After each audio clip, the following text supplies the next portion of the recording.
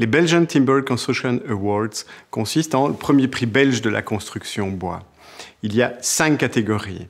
Le bâtiment résidentiel, le bâtiment non résidentiel, l'habitat groupé, l'extension et la surélévation. Pour chacune de ces catégories, on a finalement identifié 3 nominés qui vont vous présenter leur projet là maintenant. Parmi ces 3 nominés, évidemment, un lauréat que vous découvrirez au sein de chacune des capsules. Le prix de la construction, c'est vraiment une ode au bois. C'est une vitrine pour le bois. C'est montrer toutes les qualités du bois, mais c'est aussi montrer l'évolution, l'inscription du bois dans un contexte de changement climatique. C'est essentiel.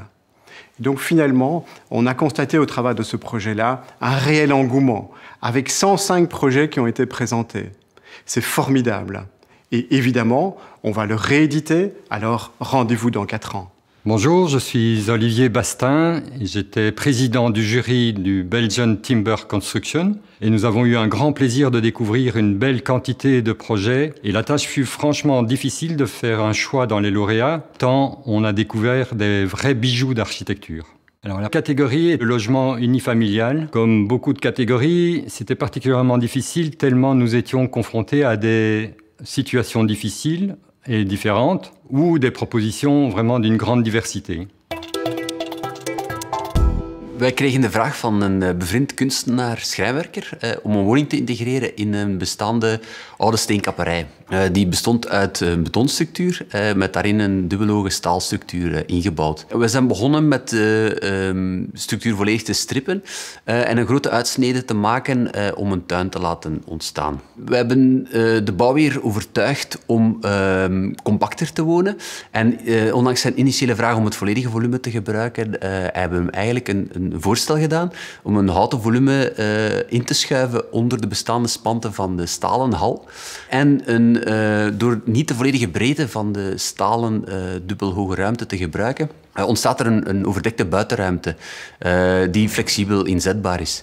Voor de structuur hebben we gekeken naar de bestaande toestand en vonden we het interessant om aan de bestaande 2 materialen, zijn de beton en staal, een derde materiaal, hout, toe te voegen. En de structuur hebben we samen met Arthur de Rover, ingenieur, ontwikkeld, waarin dat we zowel de traveemaat als de constructiewijze van de betonstructuur gekopieerd hebben in hout.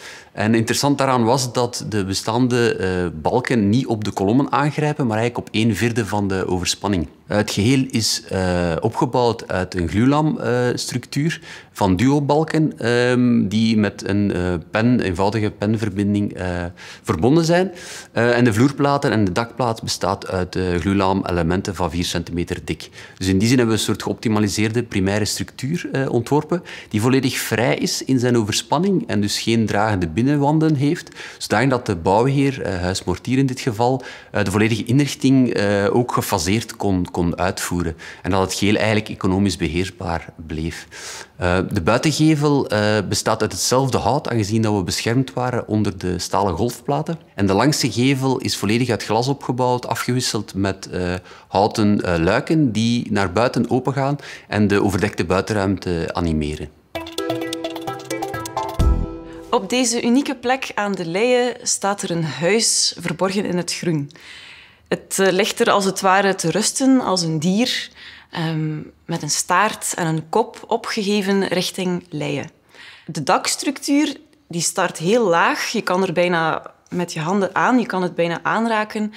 En naarmate je verder in de woning gaat, naarmate je het huis verder betreedt, wordt het dak hoger en hoger opgetrokken en opent het zich naar de rivier. Bij een predimensionering van de structuur bleek al snel dat we er met klassiek balkenhout niet zouden geraken naar overspanning. De constructie zou op die manier veel te log, veel te plomp worden. En daarom hebben we beslist om over te stappen op Kerto LVL, kolommen en balken. En op die manier werd heel de structuur eleganter, fijner. En de dakbalken lopen ook door binnen-buiten. Het moment dat ze buiten komen, worden die verjongd. En worden ze kops afgewerkt met een Accoya-randbalk. Dat Kerto-hout, die LVL-balken en kolommen, in combinatie met dat Accoya-hout, dat vinden wij een goede match qua kleur, qua uitzicht van type hout. In een bepaalde zone van het huis hebben we een dragende schrijnwerkgevel. Dus opnieuw de combinatie van LVL met Accoya-hout. En hier hebben we ook beslist om bepaalde kolommen te ontdubbelen in de plaats van deze te verzwaren. Die ontdubbeling kon eigenlijk de knik opvangen. Omdat in heel de woning de dakstructuur van zo'n groot belang is, dat die eigenlijk alle aandacht vraagt, visueel, was het voor ons absoluut een must om de rest van het materialenpalet zo eenvoudig mogelijk te houden. Voor ons laat dit project de kwaliteiten van hout zeker en vast zien, zowel op schaal van structuur als op schaal van detail en meubilering en tactiliteit. C'est un ancien entrepôt à Molenbeek, une structure de béton répartie sur 3 niveaux que nous avons transformé en logement et un atelier partagé. Alors, il y a 3 réflexions qui ont été menées dans le projet principalement. La première, c'est une réduction des espaces chauffés. Donc on a implanté de petits cocons chauffés dans cette grande structure qui jouxte de vastes espaces non chauffés et dont les usages varient au gré des saisons. La deuxième réflexion, elle touche au maintien de l'existant. Donc il y a quelques démolitions ponctuelles qui ont été faites pour créer 2 petits jardins, une terrasse, une trémie pour l'escalier, tout en maintenant les structures principales, donc les colonnes et les poutres principales sont restées en place. La troisième réflexion, elle touche au choix de ne pas utiliser de béton et d'acier pour la structure du bâtiment, parce qu'en effet, la structure était trop faible pour accueillir les charges d'un logement. Et on a implanté une série de colonnes en bois pour venir soutenir cette structure, un peu comme des béquilles. Il y a également des dalles qui ont été réalisées en bois plein, sans colle, donc juste avec des fixations mécaniques. Alors on voit au rez-de-chaussée, les colonnes sont obliques, ce qui permet de ramener les charges dans les fondations existantes. Alors l'originalité du projet, c'est peut-être d'avoir utilisé des matériaux très simples. C'est du bois de charpente, très peu manufacturé, ce sont des sections standards, mais qui sont mises en place de façon originale, avec une concertation importante entre l'architecte, l'entrepreneur et l'ingénieur en structure, avec un résultat qui est à la fois surprenant et qui semble aussi naturel d'une certaine manière, et dont on a beaucoup de plaisir à y habiter.